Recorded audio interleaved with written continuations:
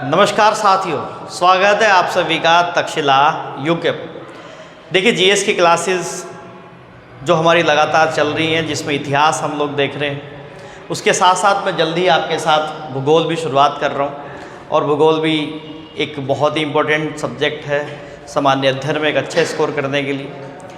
भूगोल की कक्षा को शुरू करने से पहले एक छोटी सी कहानी जो आप अगर ध्यान से सुनेंगे तो शायद काम आएगी। देखिए, एक नॉर्थ पोल था और एक साउथ पोल था। एक बहुत बड़ा विद्वान यहाँ रहता था नॉर्थ पोल के ऊपर, और एक साउथ पोल के ऊपर एक विद्वान रहता था, स्कॉलर। तो एक दूसरे का बड़ा चर्चा था दुनिया में। तो एक बार नॉर्थ पोल के व्यक्ति ने सोचा कि क्यों ना साउथ पोल के व्यक्ति से मिला जाए और उससे चर्चा करी जाए।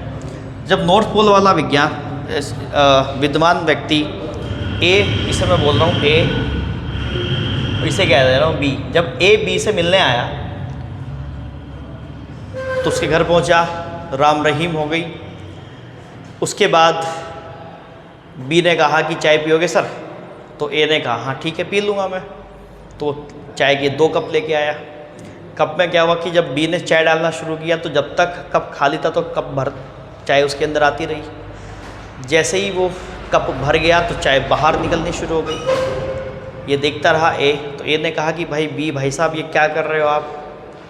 आपकी तो चाय बाहर गिरती जा रही है।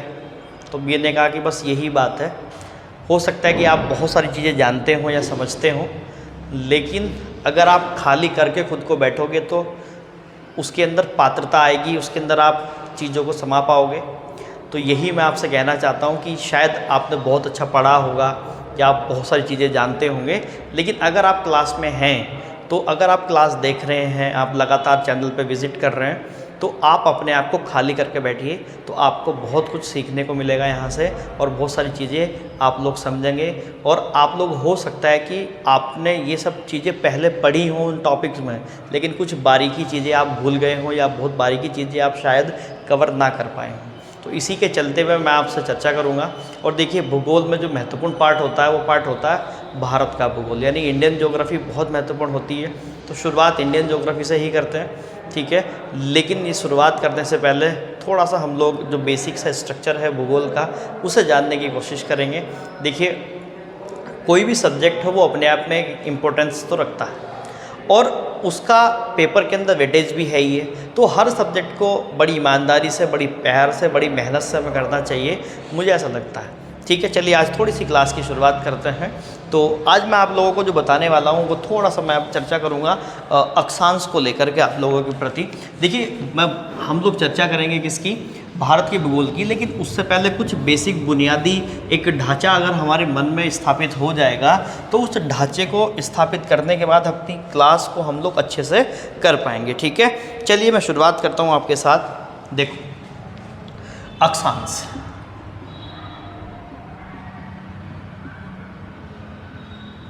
यानी कि लैटिट्यूड, अंग्रेजी में बोलते हैं लैटिट्यूड। देखिए, अगर हम बात करते हैं, देखो बहुत बेसिक सी बात करूंगा, आपने अक्षांश हो सकता है कि पहले भी पढ़ा हो और आप बहुत अच्छे से जानते भी हों, लेकिन सच यकीन मानिए अगर आप मेरे साथ रह गए तो आपको शायद आज देखने का दूसरा तरीका मिलेगा। शायद आप उसे और बेहतर तरीके से कंसोलिडेट कर पाएंगे और बेहतर तरीके से एक्सप्लोर कर पाएंगे। आपको सच में मज़ा आ जाएगा। शायद आपने इतनी बारीकी से ना देखा हो जितनी तरीके से मैं कोशिश करूंगा आपके साथ आने की। देखिए, हम लोग बात कर रहे हैं कि हम लोग बहुत ज़्यादा डिटेल में चर्चा करने वाले हैं, तो उस डिटेलिंग का मतलब ये नहीं है कि बहुत ज़्यादा बर्डन हमें अपने ऊपर बनाना है। मस्ती के साथ पढ़िए, आराम से पढ़िए और आइए बस मेरे साथ। देखिए, अक्षांश रेखाएं मतलब क्या?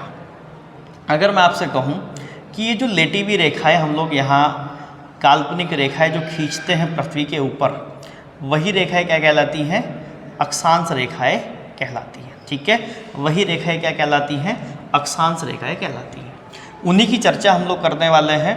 तो बेसिकली क्या है कि अगर मैं आपसे कहूं कि पृथ्वी को बीच से काटने वाली एक रेखा, यानी कि पृथ्वी के 2 हिस्से करने वाली, जिसे हमने भूमध्य रेखा कहा, और इस भूमध्य रेखा को आधार मानकर, ध्यान से सुनना, इस भूमध्य रेखा को आधार मानकर इससे कोणीय दूरी पर खींची गई रेखाएं या वर्त क्या कहलाते हैं? आपके अक्षांश कहलाते हैं।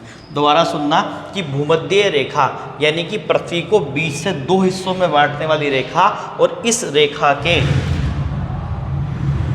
को आधार मानकर खींची गई कोणीय दूरी पर जो रेखाएं हैं वो सब क्या कहलाती हैं? आपकी अक्षांश कहलाती हैं। ठीक है, ये क्या कहलाती हैं?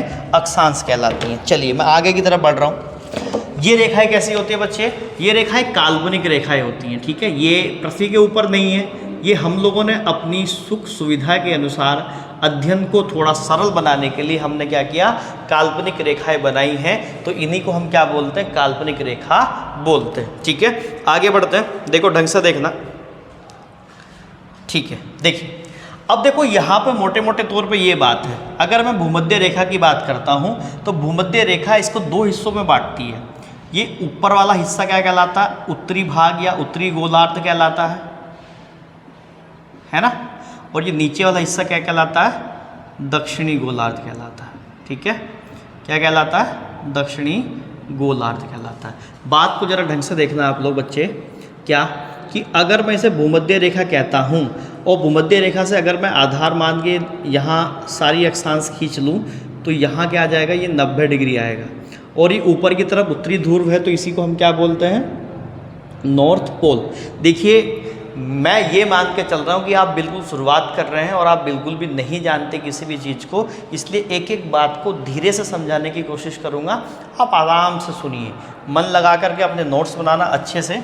ठीक है, ताकि आपको ये हेल्प करे। ये 90 डिग्री क्या हो जाएगा बच्चे? साउथ पोल हो जाएगा। ठीक है, ये 90 डिग्री नॉर्थ पोल हो जाएगा, ये 90 डिग्री साउथ पोल हो जाएगा। ठीक है, इसी तरीके से ये यहाँ सब अक्षांश खींची जाती हैं ऐसे नीचे की तरफ इस वाले ध्रुव में। तो अगर मैं आपसे बात करता हूँ कि कुल अक्षांश रेखाएं कितनी होती हैं या कुल अक्षांश रेखाएं, देखो ध्यान से सुनना। कुल अक्षांश रेखाएं होती हैं बेटे 89 प्लस 89 प्लस 1 यानी कि 179। आप कहोगे कैसे सर? ऊपर 90 है नीचे 90 है, लेकिन ध्यान रखना इन ध्रुवों को अक्षांश रेखा नहीं मानते हैं। ये अक्षांश रेखा नहीं माने जाते। ठीक है, ये ध्रुव आपके क्या हैं? इन्हें अक्षांश रेखा नहीं मानते, इन्हें केवल अक्षांश मानते हैं। अगर कुल अक्षांश की बात करूंगा मैं आपसे कि कुल अक्षांश कितने हो जाएंगे, तो ये 1 प्लस 90 प्लस 90 यानी कि 181 हो जाएंगे। यानी कि भूमध्य रेखा 1 प्लस 90 ऊपर 90 नीचे, तो ये कुल मिलाकर के अक्षांश कुल कितने हो जाएंगे? 181। लेकिन अगर अक्षांश रेखाओं की बात करूंगा तो इन दोनों को मुझे यहाँ से निकालना पड़ेगा। तो 181 में से अगर 2 मैं निकाल दूँ तो वो 179 यहाँ पर हो जाएगा। ठीक है, ये बात आपको ध्यान रखनी है। आई थिंक बात समझ में आई होगी। चलो थोड़ा सा मैं सब यहाँ से हटाता हूँ, फिर उसके बाद आगे देखने की कोशिश करते हैं। आप आराम से अच्छे से नोट बनाना। देखिए आप बिल्कुल बेसिक से मैं पढ़ाने की कोशिश करूँगा आप लोगों को। और देखिए अगर हमारी आधारभूत स्ट्रक्चर मजबूत हो गई तो फिर ज्योग्राफी पढ़ने का जो मज़ा है ना वो सच में दुगना हो जाएगा, मज़ा आ जाएगा। ठीक है, अक्षांश मैंने आपको बता दिया। देखिए अब ढंग से देखना, बात को ध्यान से देखना। देखिए ऐसा होता है कि अगर हम लोग ये पृथ्वी को देखें तो ये भूमध्य रेखा हो जाएगी बच्चे। ये क्या हो जाएगी? भूमध्य रेखा। ढंग से देखते रहना आप लोग। मैंने कहा कि ये ऊपर 1 डिग्री है, इसे हम लोग 0 डिग्री मानते हैं। ऐसे क्यों मानते हैं मैं चर्चा भी करूंगा अभी आपसे। भूमध्य रेखा को 0 डिग्री माना जाता है, अभी बात करेंगे क्यों माना जाता है। देखिए अगर ये 1 डिग्री है तो इसके बीच में इसे और डिफाइन करने के लिए हमने 60 छोटे छोटे हिस्से बनाए हैं, यानी कि उन्हें हमने 60 मिनट कहा है। तो मैं कह सकता हूँ कि अगर मुझे 1 डिग्री को देखना है तो कितने हिस्सों में बांटा गया है? 60 मिनट में बांटा गया है। वहीं अगर मैं 1 मिनट की बात करता हूँ तो 1 मिनट भी कितने में बांटा गया है? 60 सेकंड में बांटा गया है। यानी कि एक तरीके से आप ऐसे कह सकते हैं, अगर मैं थोड़ा सा आपको दिखाऊं तो 0 डिग्री से 1 डिग्री के बीच ये 60 हिस्से हैं और वही इन 60 हिस्सों के अंदर भी 60 सेकंड के हिस्से हैं। ठीक है, उसके 1 मिनट के अंदर भी क्या है? 60 सेकंड के हिस्से हैं। यानी कि एक तरीके से मोटा मोटे तौर पे अगर इसे आप देखें, ये अगर 0 डिग्री है, थोड़ा बड़ा करके दिखा रहा हूँ मैं, और ये 1 डिग्री है और इसके बीच में 60 रेखाएं हैं, तो उन 60 रेखाओं के बीच में भी क्या है, छोटी छोटी छोटी छोटी 60 रेखाएं और हैं। ठीक, इसी को यहाँ बताने की कोशिश करी गई है। तो 1 डिग्री या 1 अंश कितने के बराबर होता है, 60 मिनट के बराबर होता है, और 1 मिनट 60 सेकंड के बराबर होता है। यहाँ तक कोई प्रॉब्लम तो नहीं होनी चाहिए। देखिए ये 0 डिग्री क्यों है, तो इसके लिए आप ध्यान रखिए, एक होता है ध्रुव तारा, ठीक है, ध्रुव तारा यानी पोलर स्टार बोलते हैं इसे, ध्यान से सुनना। ध्रुव तारा क्या होता है कि ये जो आपका उत्तरी गोलार्ध है, ये वाला यहाँ, ये 90 डिग्री नॉर्थ पोल होता है ना बच्चे, तो ये जो ध्रुव तारा होता है, जो उत्तरी गोलार्ध होता है, ये हमेशा उस पर चमकता रहता है, और इसका जो कोण होता है वो इसके साथ आपका नॉर्थ पोल के साथ कितना होता है, 90 डिग्री का एक कोण बनाता है। ठीक है, 90 डिग्री का एक क्या बनाता है, कोण बनाता है। अब इसी बात को देखना जरा ढंग से, इसी ध्रुव तारे का जो आपतन कोण होता है, ध्यान से सुनना, इसी ध्रुव तारे का आपतन कोण भूमध्य रेखा पर कितना होता है, 0 होता है।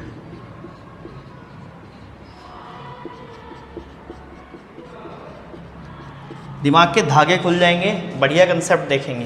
देखिए ध्रुव तारे के बारे में मैंने आपको क्या बताया कि ध्रुव तारा उत्तरी ध्रुव पर हमेशा चमकता रहता है, और इसी के साथ साथ आपने क्या देखा कि उत्तरी ध्रुव के साथ ये 90 डिग्री का कोण बनाता है, और यही ध्रुव तारा, इसका आपतन कोण भूमध्य रेखा पर कितना होता है, 0 डिग्री होता है। इसीलिए हम लोग भूमध्य रेखा को क्या कहते हैं, 0 डिग्री मान के चलते हैं। ठीक है, ये बात आपको समझ में आई कि भूमध्य रेखा को क्या मान के चलते हैं हम लोग, 0 डिग्री मान करके चलते हैं। यहाँ तक कोई दिक्कत नहीं है। मैं आगे बढ़ जाऊँ तो एक तरीके से हम ये भी कह सकते हैं कि 0 डिग्री पे खींची गई काल्पनिक रेखा, उसी को हम क्या बोल सकते हैं, अक्षांश बोल सकते हैं। ठीक है, ध्यान से सुन, ध्यान से देखिए कि 0 डिग्री पे खींची गई काल्पनिक रेखा कोई क्या बोल सकते हैं हम लोग, अक्षांश कह सकते हैं। यही क्या है, यही अक्षांश भी है कि 0 डिग्री पर खींची गई एक काल्पनिक रेखा क्या कहलाती है, अक्षांश कहलाती है। कोई दिक्कत नहीं इस चीज़ में।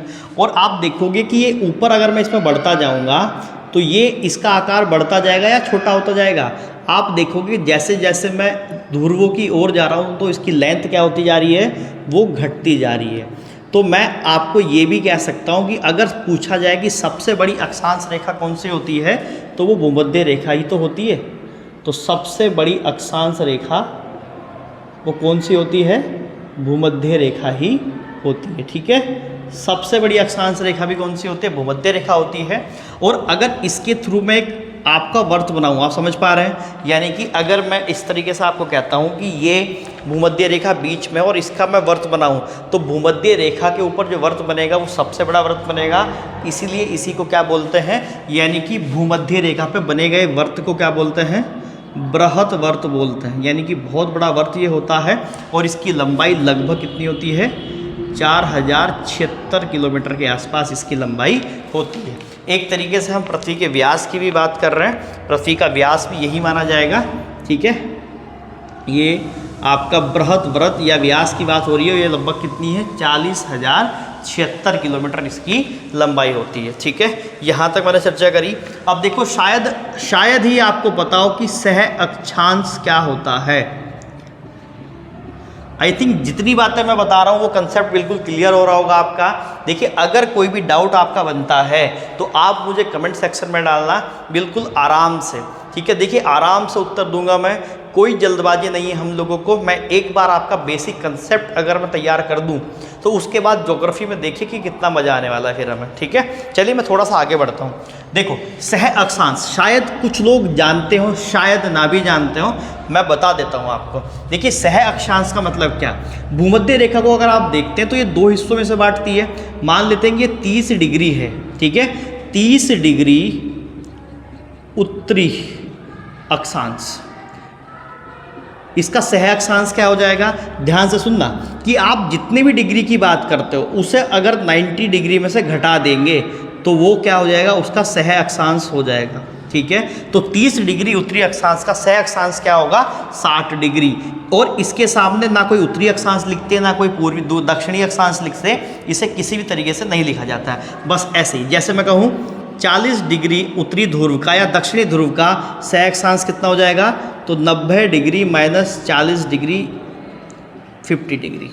या मैं इसी बात को इस तरीके से भी कह सकता हूँ कि अगर मुझे 30 डिग्री का सह अक्षांश निकालना हो तो इसे मुझे कितना बनाना पड़ेगा 90 डिग्री बनाना पड़ेगा, और 90 डिग्री जोड़ने में से मुझे 60 की ज़रूरत पड़ेगी, तो यही 60 इसका क्या कहलाया जाएगा सह अक्षांश कहला जाएगा।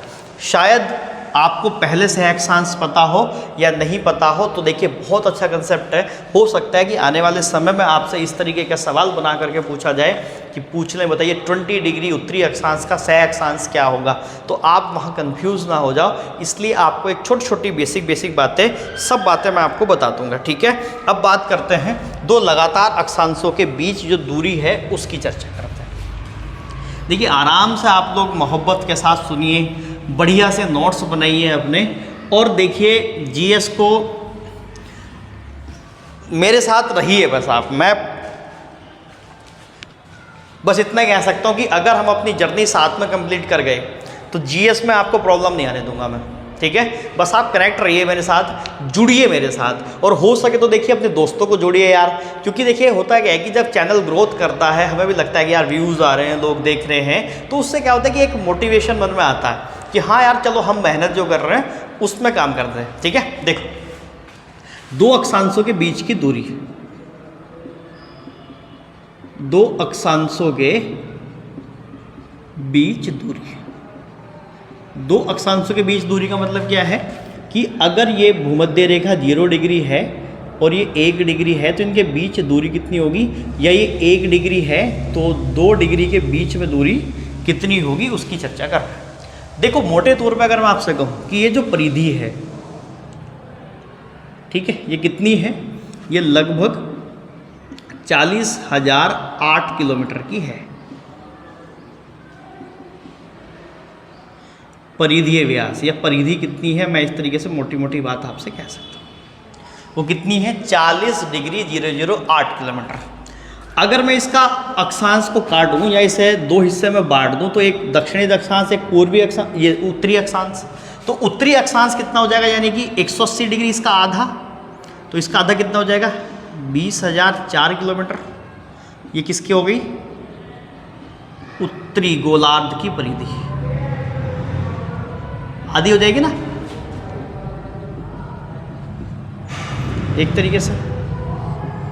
पूरी कितनी है 40,008, इसका आधा कर दूंगा तो 20,004, और अगर इसमें भी मुझे क्या देखना है तो ये भी कितना हुआ 180 डिग्री हुआ, और मुझे केवल देखना है ध्रुवों पे 90 डिग्री, तो 90 डिग्री कितना होता है बच्चे 10,002 किलोमीटर, और अगर इसमें से 1 डिग्री मुझे निकालना हो तो 90,002 किलोमीटर को मैं 90 से क्या कर दूंगा डिवाइड कर दूंगा, तो ये संख्या 111.13 किलोमीटर आ जाएगी, जिसे लमसम हम लोग लिख देते हैं 111.2 किलोमीटर। और मुझे जहाँ तक उम्मीद है कि शायद आपने सीधा सीधा पढ़ा होगा कि 1 डिग्री कितना होता है 111.2 किलोमीटर होता है। कभी आपने ये सोचा भी नहीं होगा कि इसे निकालने का तरीका क्या हो सकता है, इसे ऐसे निकालते हैं। परिधि कितनी यहीं भी देख सकता था मैं 40,008 किलोमीटर, इसके 4 हिस्से करूं क्योंकि ये 360 डिग्री है, 4 हिस्से करूंगा तो कितना हो जाएगा 10,002 या 10,002 किलोमीटर हो जाएगा, जिसे 90 से भाग करूंगा तो मैं 1 डिग्री की वैल्यू मेरे सामने आ जाएगी, ठीक है। तो 1 डिग्री कितना होता है बच्चे, वो 111.2 किलोमीटर होता है 1 डिग्री, या 1 डिग्री को मैंने कहा था 60 मिनट, तो 60 मिनट कितना होता है 111.2 किलोमीटर। भाई 1 डिग्री को हमने क्या देखा था अभी 60 मिनट देखा था। अगर मैं 1 मिनट निकालना चाहूँ तो कितना करूँ 111.2 किलोमीटर बाय 60, तो 1 मिनट की वैल्यू आ जाएगी हमारे पास 1.853 किलोमीटर, और इसी को बोलते हैं बच्चे क्या समुद्री मील, इसी को क्या बोलते हैं समुद्री मील या नॉटिकल माइल, ठीक है, इसी को क्या बोलते हैं नॉटिकल माइल बोलते हैं, ठीक है। यहाँ तक कोई दिक्कत नहीं है आई थिंक। आगे भी निकालना चाहो तो इसे 1 सेकंड भी निकाल सकते हो, तो इसे 1.853 को 60 से और भाग कर दोगे 1 सेकंड निकल जाएगा, तो लगभग 31 मीटर के आसपास आता है। बाकी इसकी ज़रूरत नहीं है हम लोगों को। तो ये मोटे मोटे तौर पे मैंने आपको बता दिया कि कितना हो गया, 2 लगातार अक्षांशों के बीच की दूरी। पेपर में सीधा सवाल बनता है, आपको बस ये ध्यान रखना, ये आता कैसे है वो मैंने आपको बता दिया, ठीक है। परिधि के हिसाब से हम इसे निकाल लेते हैं, ठीक है। चलिए मैं इसे थोड़ा सा आगे की तरफ बढ़ रहा हूँ। पहले मैं थोड़ा सा इंक डाल दूँ क्या, अगर आप लोग कहें तो मैं थोड़ा सा मार्कर में इंक डाल लेता हूँ। देखो आप थोड़ा सा बस साथ दीजिए हम लोगों का, हम बिल्कुल भी आपको निराशा की तरफ नहीं धकेलेंगे यार, ठीक है। थोड़ा सा साथ दीजिए बस। कभी कभी चीज़ें हो जाती हैं कि थोड़ा लेट सवेर हो जाता है भाई, क्योंकि परिस्थिति कभी कभी साथ नहीं देती हैं, चीज़ें उस तरीके से नहीं चलती जैसा हम सोचते हैं, तो लेकिन हम फिर भी कोशिश करते हैं कि उससे पार पाया जाए, आगे बढ़ा जाए, है ना। चलिए मैं थोड़ा सा आगे की तरफ फिर से बढ़ रहा हूँ। अब देखो मोटे तौर पे देखता, मैं इसे हटा दूँ, देखिए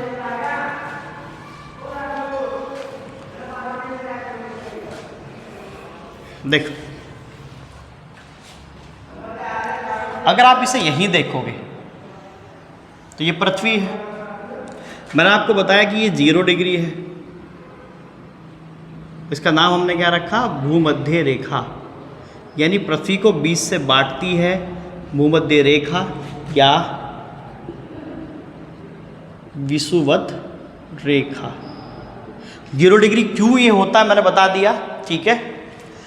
इसके बाद अगर मैं ऊपर चलता हूँ उत्तरी गोलार्ध में, यानी कि 23.5 डिग्री या 23 सही 1/2 डिग्री नॉर्थ, ये क्या कहलाता है आपका, कर्क रेखा।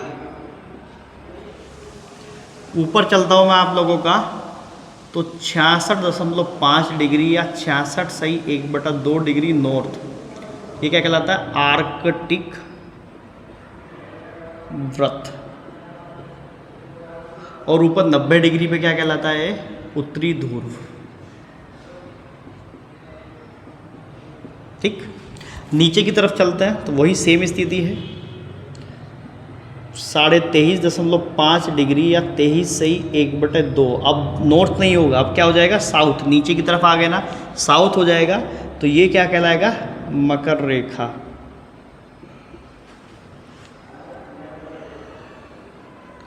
साढ़े 66 डिग्री या 66 सही 1/2 साउथ, अंटार्कटिक व्रत।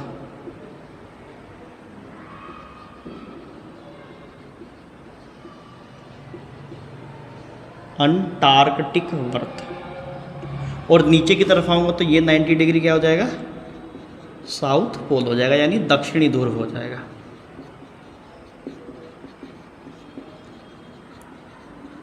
यहाँ तक कोई दिक्कत नहीं है, ठीक है, कोई समस्या नहीं आई थी। तो ये एक मोटा मोटा खाका आप लोगों के सामने हमने खींच दिया। ये भूमध्य रेखा या विषुवत रेखा 2 हिस्सों में बांटती है। उसके बाद 23.5 डिग्री कर्क रेखा, 66.5 ये आर्कटिक वर्ग, ये मकर रेखा, अंटार्कटिक वर्ग, ये उत्तरी ध्रुव और ये आपका दक्षिणी ध्रुव, ठीक है। ठीक, अब देखो मोटे तौर पर मुझे आपको यहाँ पे जो बताना है मैं यहीं पे बता रहा हूँ, आप लोग पहले इसे बना लेंगे फिर मैं बताता हूँ। देखो होता क्या है कि ये जो 2 हिस्से हैं, यानी कि 23.5 डिग्री ऊपर 23.5 डिग्री नीचे, यानी कर्क रेखा और मकर रेखा, इन दोनों अक्षांशों के बीच सूर्य क्या है, लंबवत चमकता है। यानी सूर्यदेव हमारे यहाँ क्या करते हैं, लंबवत चमकते हैं, यानी कि इस वाले रीजन में देख पा रहे हैं आप लोग, ये वाला रीजन ऊपर कर्क रेखा से मकर रेखा तक, यहाँ तक क्या होता है, सूरज लंबवत चमकता है और इसी को इसे क्या बोलते हैं, उष्ण कटिबंधीय क्षेत्र। डिटेल में चर्चा करेंगे, अभी केवल मैं आपका बेसिक तैयार कर रहा हूँ। ऊपर चलोगे तो ये वाला क्षेत्र क्या है,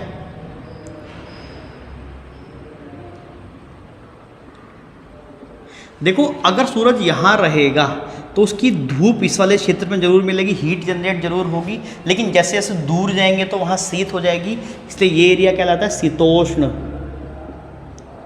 शीतोष्ण कटिबंधीय क्षेत्र, ठीक है। शीतोष्ण कटिबंधीय क्षेत्र, सेम स्थिति यहाँ पे भी, ये क्या कहलाता है, शीतोष्ण कटिबंधीय क्षेत्र, ठीक, सेम स्थिति ये बन जाएगी। और ऊपर अगर चलेंगे तो ऊपर केवल क्या है, केवल ठंडी ठंड देखने को मिलती है, इसलिए क्या कहलाता है आपका शीत कटिबंधीय क्षेत्र। ऊपर तो ठंडी रहेगी क्योंकि सूरज तो यहीं तक रहता है, तो ये क्या कहलाता है, शीत कटिबंधीय क्षेत्र। ठीक है, तो ये क्षेत्र क्या कहलाता है, शीत कटिबंधीय क्षेत्र। तो ये क्या कहलाएगा आपका, शीत कटिबंधीय क्षेत्र कहलाएगा। यहाँ तक कोई दिक्कत नहीं है, आई थिंक बात समझ पा रहे होंगे। दूसरी बात अगर मैं आपसे बात करूँ यहीं पे, देखिए देख पा रहा होगा आपको, ये भूमध्य रेखा है, ठीक है, 0 डिग्री। एक आपने सुना होगा कि उच्च अक्षांश, तो उच्च अक्षांश किसे कहते हैं और निम्न अक्षांश किसे कहते हैं, ध्यान रखना। 0 डिग्री से ऊपर अगर मैं 45 डिग्री की बात करूं तो 45 डिग्री के ऊपर जो होगा उसे बोला जाता है उच्च अक्षांश। ध्यान से सुनना, 45 डिग्री के ऊपर वाला एरिया क्या कहलाएगा, उच्च अक्षांश कहलाएगा। 45 डिग्री से नीचे क्या कहलाएगा, वो निम्न अक्षांश कहलाएगा। आई थिंक बात समझ पा रहे होंगे। 45 डिग्री से ऊपर क्या कहलाएगा, उच्च अक्षांश कहलाएगा। 45 डिग्री से नीचे क्या कहलाएगा, निम्न अक्षांश कहलाएगा। सेम स्थिति यहाँ पे भी, 45 डिग्री से ऊपर उच्च अक्षांश और 45 डिग्री से नीचे निम्न अक्षांश। ठीक है, तो ये बात मैंने आज आप लोगों को बताई। ठीक, आज की क्लास आपको कैसी लगी मुझे ज़रूर कमेंट सेक्शन में आप लोग ज़रूर बताना। इसके अलावा देखिए लगातार क्लासेस रहेंगी, आप बिल्कुल भी फिक्र मत करिए। अब सब कुछ बेहतर है, चीज़ें ठीक हैं, और बस आप मेहनत करने के लिए तैयार हो जाइए। और देखिए हो सके तो अपने दोस्तों तक बातें पहुंचा दीजिए, शेयर कर दीजिए। आप प्यारा सा कमेंट कर देते तो हमारे चेहरे पर भी मुस्कान आ जाती है। आप लोगों का बहुत प्यार है, आप लोगों का बड़ा दुलार है, ठीक है, इसीलिए हम लोग काम भी कर पा रहे हैं, मेहनत भी कर पा रहे हैं। तो ऐसे ही दुलार आप लोग बना के रखिए बस अपना, और शेयर कर दीजिए बस। ठीक है, चलिए फिर मुलाकात होगी अगली क्लास में। देखिए मैं आपको बता रहा हूँ कि आप ये सब पढ़िए। आपके पास कोई किताब हो, मैं एक बुक लिस्ट, बच्चे कह भी रहे थे सर एक आप भी कर दो, क्योंकि इस समय चल रहा है, हर व्यक्ति अपनी बुक लिस्ट बता रहा है। तो ठीक है, चलिए मैं भी थोड़ा सा कोशिश करूँगा कि शायद आपको कुछ बता पाऊँ। तो वो देखते हैं कि 1-2 दिन में बनाता हूँ कोई वीडियो आपके लिए ऐसी। इसके अलावा बस आप थोड़ा सा पढ़ाई की तरफ ध्यान रखिए। आपके पास कोई भी बुक हो, व्हाटएवर बुक से आप पढ़ते हो, आप जितनी चीज़ें बता रहा हूँ एक बार यहाँ पढ़िए, अच्छा नोट्स करिए, तरीके से समझ लीजिए उसे एक बार से, फिर अपनी किताब में जिसमें भी आप पढ़ते हैं उसे मैं एक बार देख करिए, तो आप लोग काम करिएगा। ठीक है, चलिए फिर मुलाकात होगी आप लोगों से अगली क्लास में। तब तक के लिए बहुत बहुत धन्यवाद। जय हिंद।